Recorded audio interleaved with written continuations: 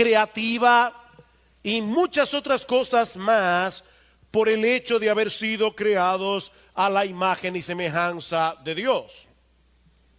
Lo segundo que este pasaje nos enseña es que Dios nos hizo responsables de su creación como seres creados a su imagen.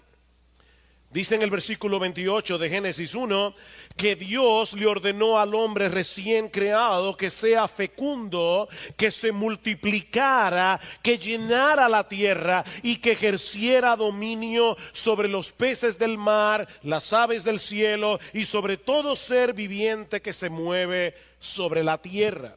Y más adelante, en Génesis capítulo 2, versículo 15, dice que Dios tomó al hombre y lo puso en el huerto del Edén para que lo cultivara y lo cuidara. En otras palabras, Dios le dio al hombre la responsabilidad de desarrollar plenamente la potencialidad de la creación para la gloria de su nombre. El hombre debía cultivar y cuidar el jardín del Edén, y más aún, mis hermanos, el hombre debía extender este jardín por medio de su trabajo hasta cubrir todo el planeta, haciendo un buen uso de los recursos que Dios le había dado. Si Adán y Eva no hubiera pecado, nosotros viviríamos en el huerto del Edén. Un huerto que iba a cubrir todo el planeta. Es por eso que Génesis capítulo 1 versículo 28 es un texto que ha sido conocido como el mandato cultural. El mandato cultural. Esa es una palabra que encierra la idea de cultivar y que incluye todo tipo de actividad humana que contribuye al desarrollo y al florecimiento de la sociedad. El mandato cultural incluye el arte, el desarrollo de la agricultura, la ciencia, la economía, la tecnología, la política, las estructuras sociales, la buena comida. De hecho, mis hermanos, piensen en esto. Estamos aquí en este lugar. Yo puedo pararme y hablar a través de un micrófono. Ustedes me escuchan. Hay personas que están viendo este culto a través de la internet. De hecho, este sermón se está grabando y va a ser subido a YouTube.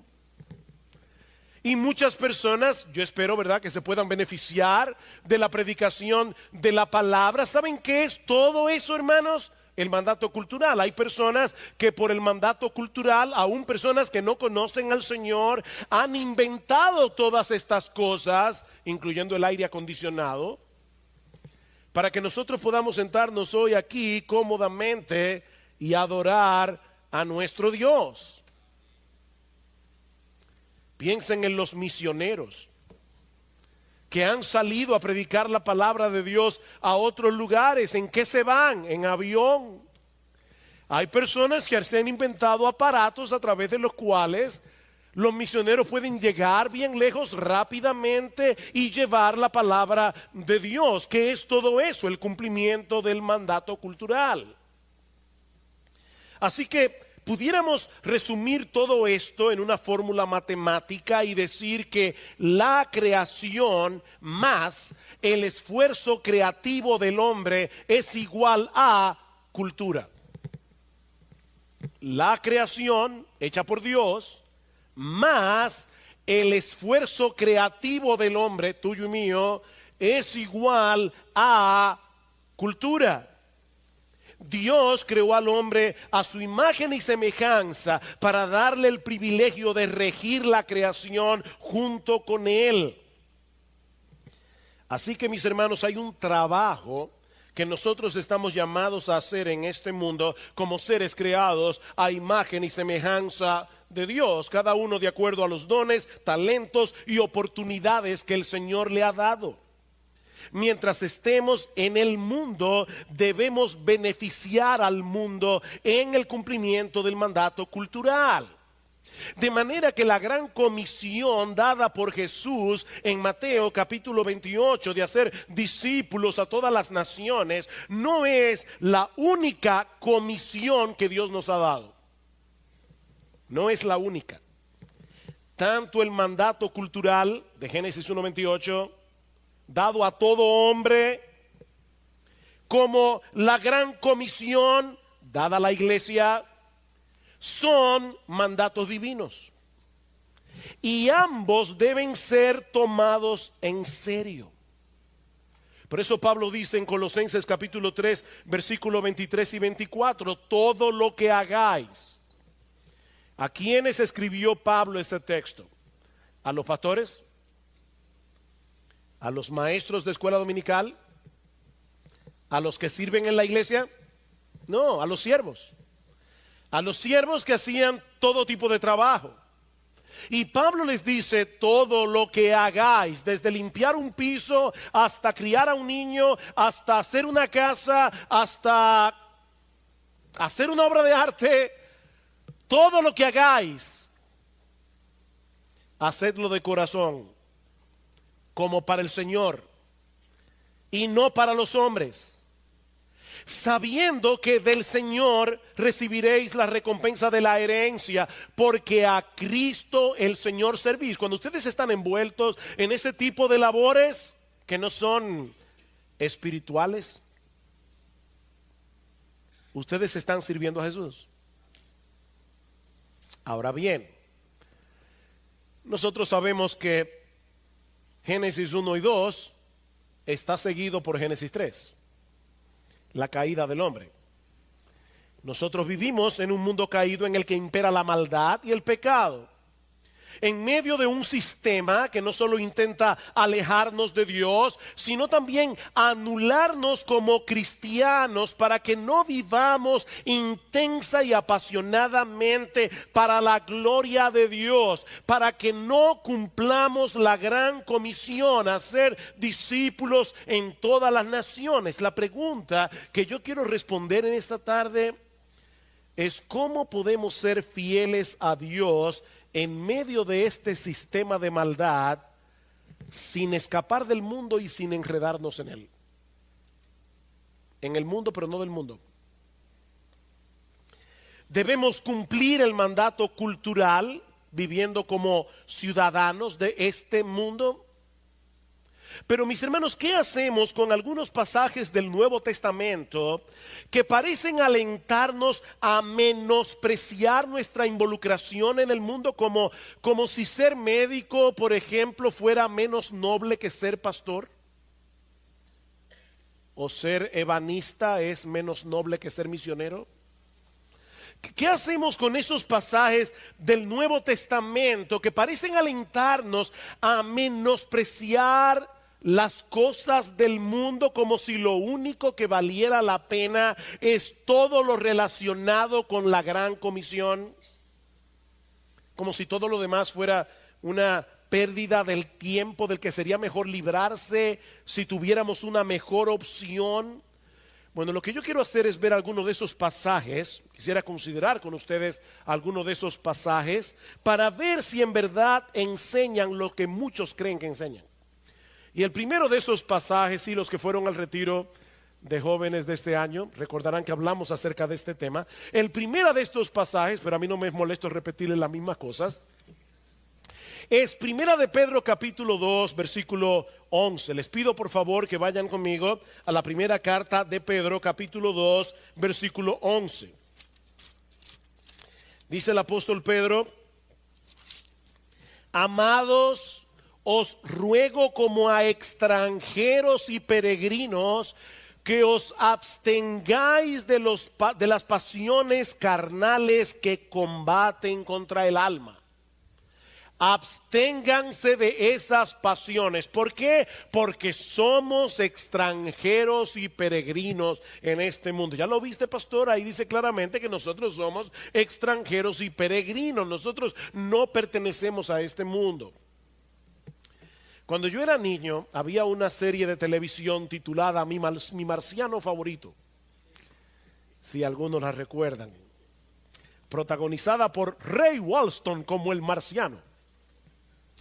Recientemente leí la historia de un hombre de negocios que tenía en su tarjeta de presentación, la imagen del actor de mi marciano favorito. Y este texto de Primera de Pedro capítulo 2 versículo 11, con un mensaje que decía: solo soy un extraterrestre esperando irme a casa. Ahora, ¿es eso lo que Pedro nos está enseñando aquí, mis hermanos? Que nosotros somos extraterrestres esperando volar al cielo lo más rápido posible. Vean el texto otra vez.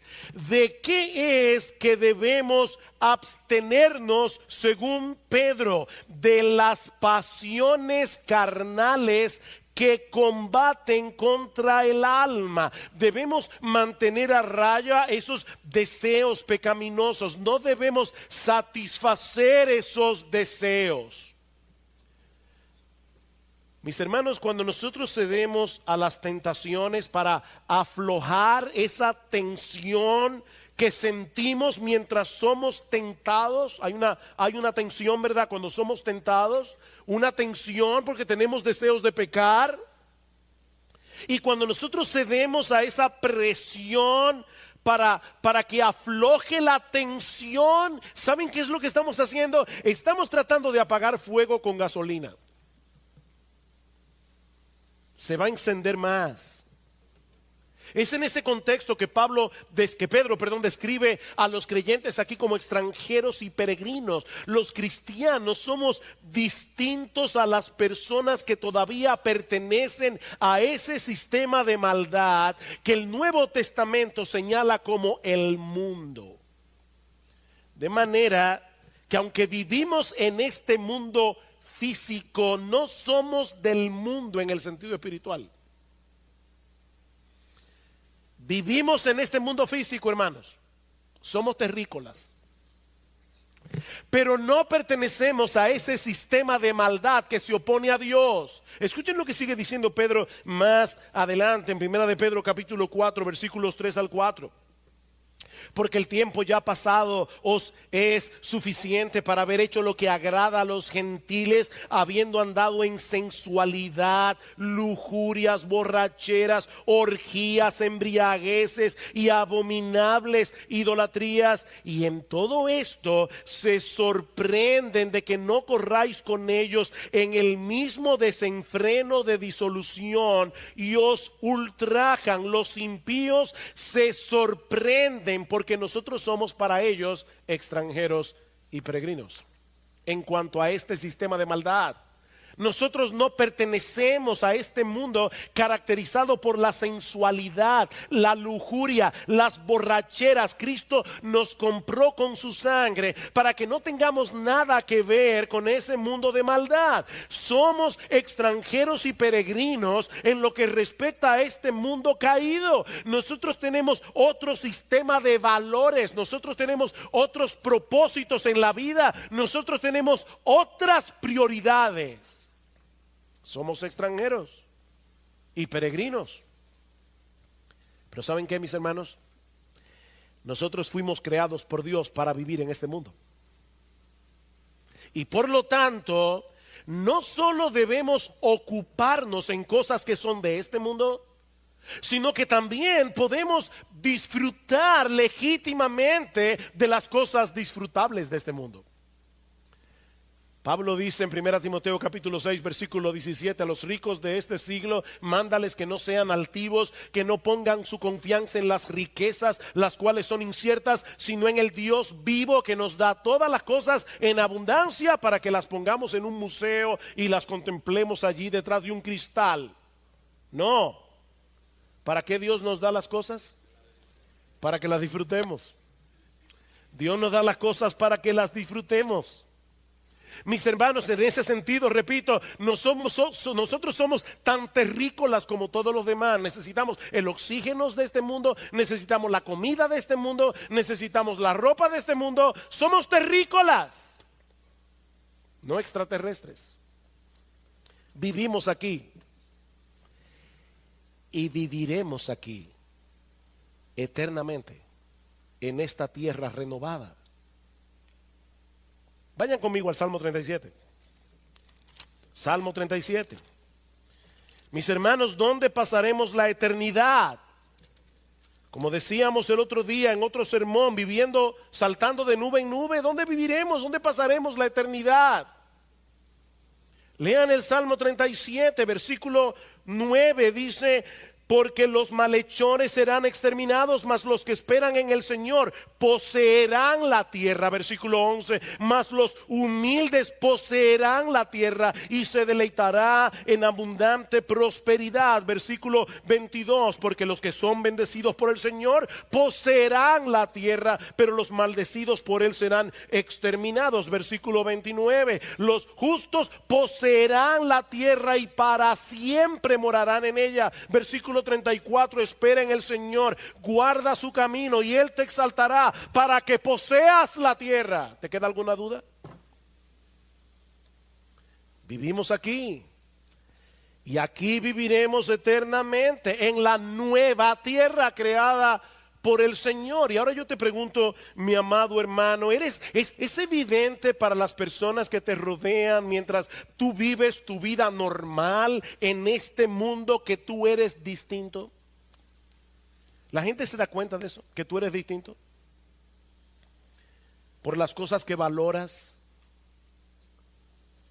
por las cosas que tomas en cuenta a la hora de tomar decisiones. La gente ve claramente que hay cosas que son importantes para ti. Hay personas que se van a mudar a cierto lugar y lo primero que averiguan es si hay una buena iglesia allí donde pueda congregarse con su familia, donde hay pastores fieles que puedan pastorear su alma. Eso es tener prioridades correctas.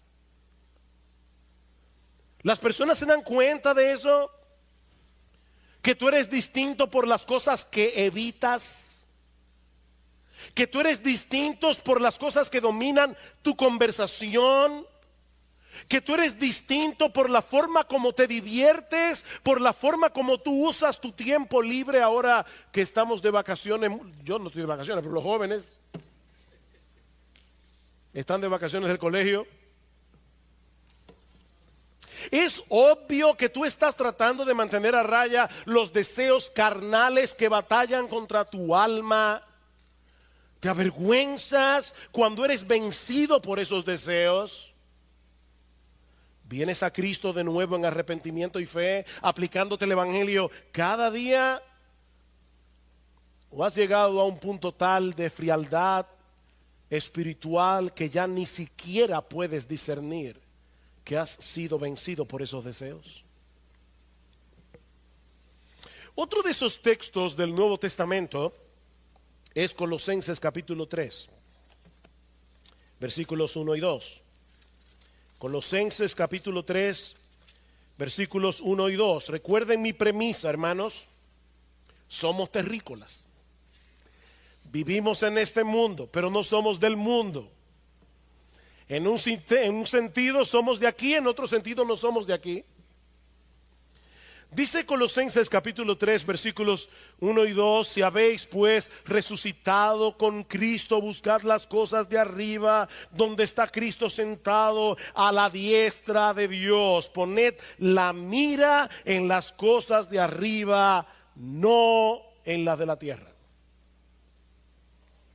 Hay personas que leen ese versículo y dicen: para poder ser más espiritual, debemos gastar el menor tiempo posible en las cosas de esta tierra.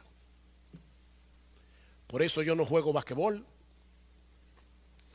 Por eso yo no hago ninguna otra cosa que no sea en mi tiempo libre predicar el evangelio, leer la Biblia, orar, discipular a un hermano. Bueno, puede ser jugar basquetbol o cualquier otra cosa. Los creyentes debemos tener mucho cuidado en la forma como usamos nuestro tiempo, de manera que las actividades que hacemos aquí no interfieran con nuestra lectura bíblica, no interfieran con nuestro tiempo de oración, con el hecho de compartir con otros la fe que tenemos en Cristo. La pregunta ¿es de eso que Pablo está hablando aquí cuando dice: poned la mira en las cosas de arriba, no en las de la tierra? Yo no creo eso. Miren el contexto. En unos versículos anteriores, antes de dar esta advertencia, el apóstol Pablo está condenando el ascetismo al final del capítulo 2. ¿Y qué es el ascetismo? La doctrina que enseña que nosotros debemos privarnos de ciertos placeres y comodidades y llevar una vida rigurosa si queremos crecer espiritualmente. Esta palabra proviene del griego askesis, que significa ejercicio o entrenamiento. El ascetismo promueve una vida de privaciones para llegar a ser más piadosos. No sé quién fue que mencionó, creo que fue Sigfrido que mencionó la semana pasada ese refrán que dicen los norteamericanos: no pain, no gain. Si no hay sufrimiento, no hay ganancia, en este caso espiritual. La idea es que en la medida en que nosotros debilitamos el cuerpo, absteniéndonos de comidas, bebidas, descanso, en esa misma medida fortalecemos el alma y al mismo tiempo ganamos el favor de Dios. Pero mis hermanos, esa idea es totalmente contraria al Evangelio. Escuchen lo que dice Pablo en Colosenses capítulo 2, versículo 20. Si habéis muerto con Cristo a los principios elementales del mundo, ¿por qué como si aún vivieran en el mundo os sometéis a preceptos tales como no manipules, no gustes, no toques? Todos los cuales se refieren a cosas destinadas a perecer con el uso, según los preceptos y enseñanzas de los hombres. Tales cosas tienen a la verdad la apariencia de sabiduría en una religión humana, en la humillación de sí mismos y en el trato severo del cuerpo, pero carecen de valor alguno contra los apetitos de la carne. Y es inmediatamente después de esas palabras que Pablo nos exhorta a buscar las cosas de arriba, no las de la tierra. Debemos procurar la santidad, pero el ascetismo, dice Pablo, no es el medio para tratar de alcanzar esa meta. ¿Qué son entonces esas cosas de la tierra en la que no debemos poner nuestros ojos? Padres, déjenme hacerles una pregunta. ¿Sus hijos son de la tierra? ¿Sí o no? ¿Sus hijos son cosas de esta tierra? Sí. Digo, a menos que ustedes tengan ángeles, pero son de esta tierra, sus hijos. Y ustedes tienen que ponerle ojos a sus hijos. Su trabajo es de esta tierra. El cuidado de su casa es de esta tierra. Entonces, ¿cuáles son esas cosas de la tierra en las que no deberíamos ocuparnos para poder ocuparnos de las cosas celestiales? El texto lo enseña claramente en el versículo 5 del capítulo 3. Por tanto, considerad los miembros de vuestro cuerpo terrenal. Aquí se usa exactamente la misma expresión griega del versículo 2. Vuestro cuerpo terrenal como muertos ¿a qué? A la fornicación, la impureza, las pasiones, los malos deseos, la avaricia, que es idolatría. Pablo está diciendo, debido a nuestra unión con Cristo en su muerte y en su resurrección, todos esos pecados ya no deben reinar en nuestra vida. El pecado sigue siendo nuestro enemigo, pero ya dejó de ser nuestro rey. Y por lo tanto, en dependencia del Espíritu de Dios, debemos darle muerte a la inmoralidad sexual, a la impureza, a todos nuestros malos deseos y a la avaricia, que es idolatría. Y luego en el versículo 8, Pablo lo amplía, dice, versículo 8 del capítulo 3, pero ahora desechad también vosotros todas estas cosas: ira, enojo, malicia, maledicencia, lenguaje soez de vuestra boca. No mintáis los unos a los otros, puesto que habéis desechado al viejo hombre con sus malos hábitos. Esas son las cosas de la tierra en las que no debemos poner nuestros ojos. Pablo no está hablando ahí de comerse un mango. Pablo no está hablando ahí de jugar a basquetbol. Pablo no está hablando ahí de leer un buen libro.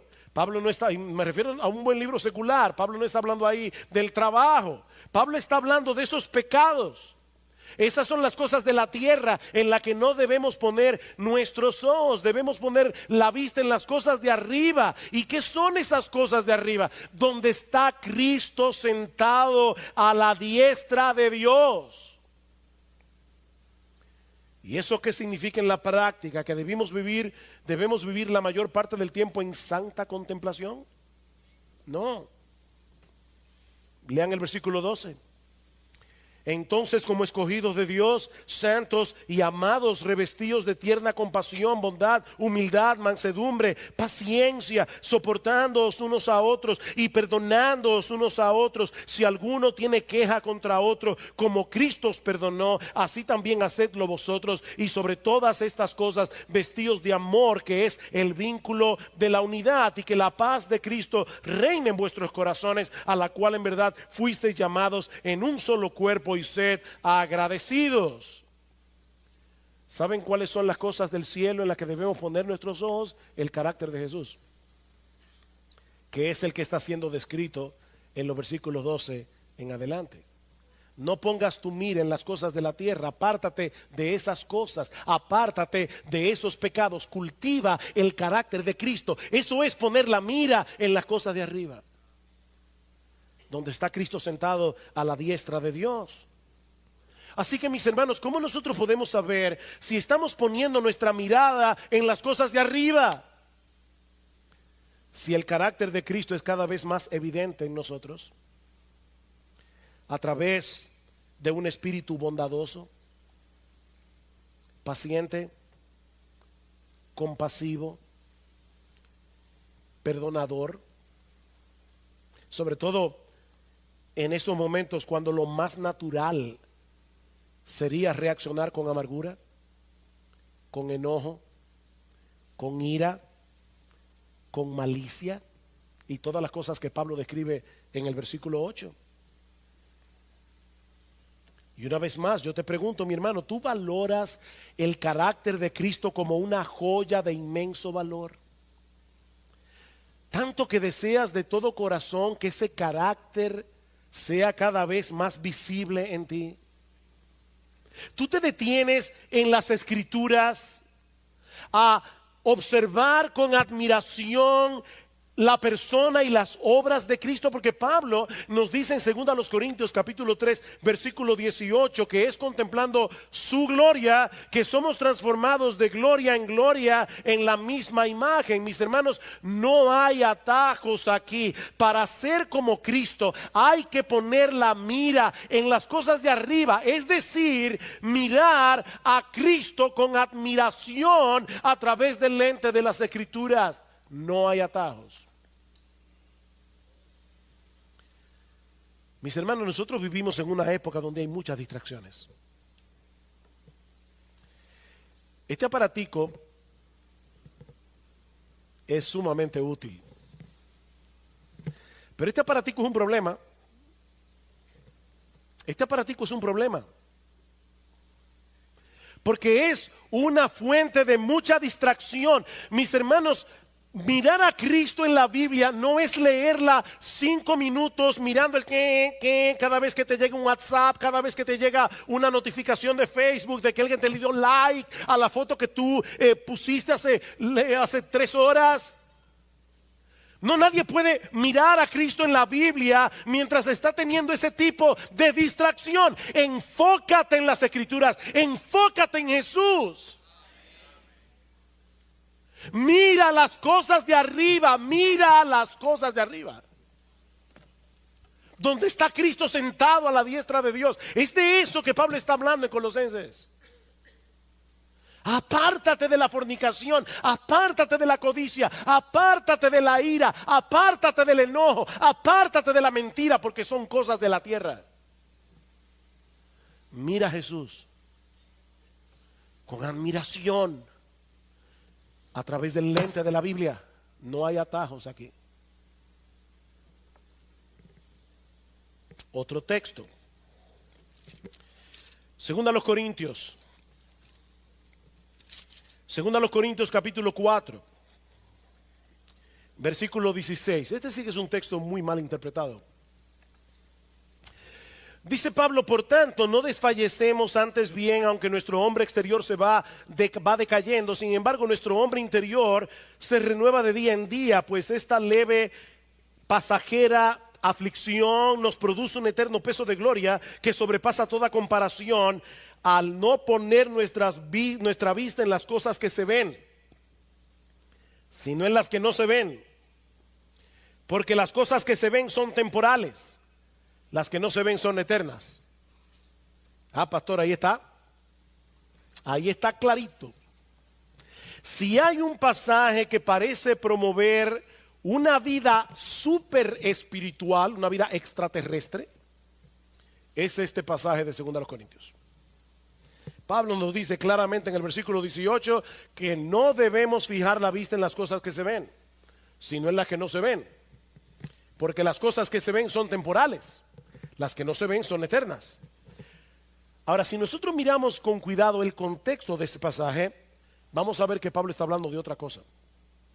Lean conmigo los versículos 8 al 10 de 2 Corintios 4. Pablo dice, hablando de sí mismo y de los que como él estaban predicando la palabra: afligidos en todo, pero no agobiados; perplejos, pero no desesperados; perseguidos, pero no abandonados; derribados, pero no destruidos; llevando siempre en el cuerpo por todas partes la muerte de Jesús, para que también la vida de Jesús se manifieste en nuestro cuerpo. Pablo había tenido que pagar un precio muy alto por su fidelidad a Cristo, pero a pesar de todo eso, es que él dice en el versículo 16, no desfallecemos. No desfallecemos, porque esas son las consecuencias temporales de vivir en un mundo caído. Y no pueden compararse siquiera con las bendiciones eternas que tenemos en Cristo. Con esta información en mente, lean otra vez los versículos 17 al 18. Pues esta aflicción leve y pasajera, que es lo que se ve, a lo que se ve es esta aflicción leve y pasajera que tenemos porque somos cristianos. Esta leve y pasajera aflicción nos produce un eterno peso de gloria que no se ve, pero que sobrepasa toda comparación al no poner nuestra vista en las cosas que se ven, es decir, en las dificultades que nos acarrea el hecho de ser cristianos y de ser fieles a Cristo en un mundo caído. Porque las cosas que se ven, es decir, todas estas aflicciones, todas estas persecuciones que sufrimos por ser cristianos, son temporales. Pero las que no se ven, es decir, todas las bendiciones que nosotros tenemos por el hecho de estar en Cristo, esas cosas son eternas. ¿Se dan cuenta, mis hermanos, de qué está Pablo hablando aquí? Pablo no está hablando aquí de las cosas creadas por Dios, como las cosas que se ven, las cuales se pueden ver, tocar, disfrutar. No, él está comparando lo que significa vivir en un mundo caído con las bendiciones que nosotros tenemos en Cristo. Vivimos en un mundo que aborrece a Dios y que por esa misma razón aborrece a los cristianos. Pero debemos seguir siendo fieles al Señor sin importar las consecuencias, sabiendo, como dice Pablo en Romanos 8:18, que las aflicciones del tiempo presente no son comparables con la gloria venidera que en nosotros ha de manifestarse. ¿Se dan cuenta, hermanos, qué son las cosas que se ven y las que no se ven? Déjenme otra vez hacer otra pregunta. ¿Tus hijos se ven? Son muy visibles. ¿Y sabes qué? Tú tienes que ponerle atención a tus hijos y se ven. Tu trabajo se ve. ¿Se ve o no se ve? Tu trabajo se ve. Y tú tienes que ponerle atención a lo que se ve, a tu trabajo. De hecho, yo soy pastor y yo tengo que bregar con este libro que se ve para poder hacer un mensaje que también se ve y predicarlo aquí en la iglesia cada domingo. Así que lo que Pablo está hablando aquí no es de lo que yo veo de este mundo creado por Dios. Las cosas que se ven son las aflicciones, las persecuciones que yo sufro por el hecho de ser cristiano. Esas son las cosas que se ven. Las que no se ven son las bendiciones enormes que nosotros tenemos en Cristo, pero que no se ven. Las cosas que no se ven es lo que Dios está haciendo en nosotros, forjando el carácter de Cristo, haciéndonos más pacientes, que son cosas que no se ven. Se ven los resultados de la paciencia, pero la paciencia en sí no se ve. ¿O alguien pudiera, por favor, enseñarme una paciencia? Nadie aquí tiene una paciencia, se la doy de una vez. ¿Alguien tiene aquí una paciencia, un amor, una compasión? Eso no se ve. Y ahora yo te pregunto, a la luz de ese pasaje, ¿estás tú dispuesto a sufrir las consecuencias de ser cristiano? Que se ve en la universidad, en tu lugar de trabajo, en medio de tu familia incrédula, en medio de tus amigos, siendo fiel a Dios y viviendo en santidad a pesar de las burlas que se ven, a pesar del rechazo que se ve.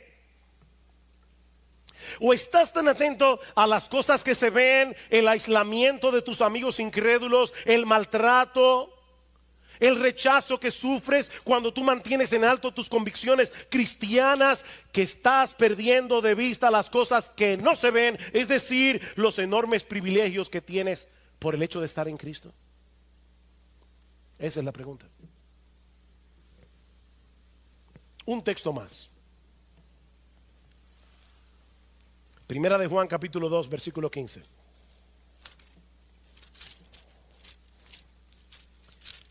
De paso, hermano, yo espero que hayan podido ver cuán importante es leer cada texto en su contexto.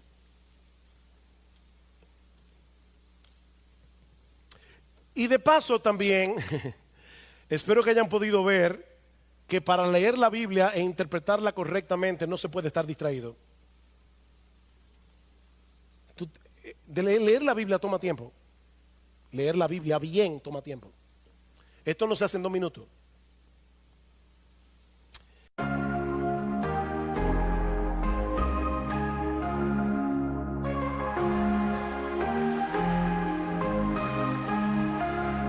In the silence, I hear your voice, whispers of forever, a heartfelt choice.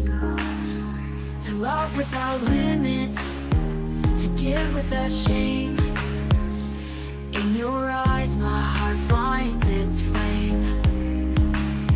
We'll chase the sunset, we'll dance in the rain. Our love will shine brighter with every heartbeat's pain. We'll rise above the noise, our love will be the light. In the darkest of nights, we'll find our way to the light. Lost in the moment, our love will ignite. Forever and always, we'll shine with all our might. In your loving arms, I find my peace of mind. With you my heart beats in perfect time. Your touch is my solace, my guiding star. With every kiss, my heart beats near and far. In your loving eyes, I see my future bright. With you, my love, I'll take flight. We'll chase the sunset, we'll dance in the rain. Our love will shine brighter with every heartbeat's pain. We'll rise above the noise, our love will be the light. In the dark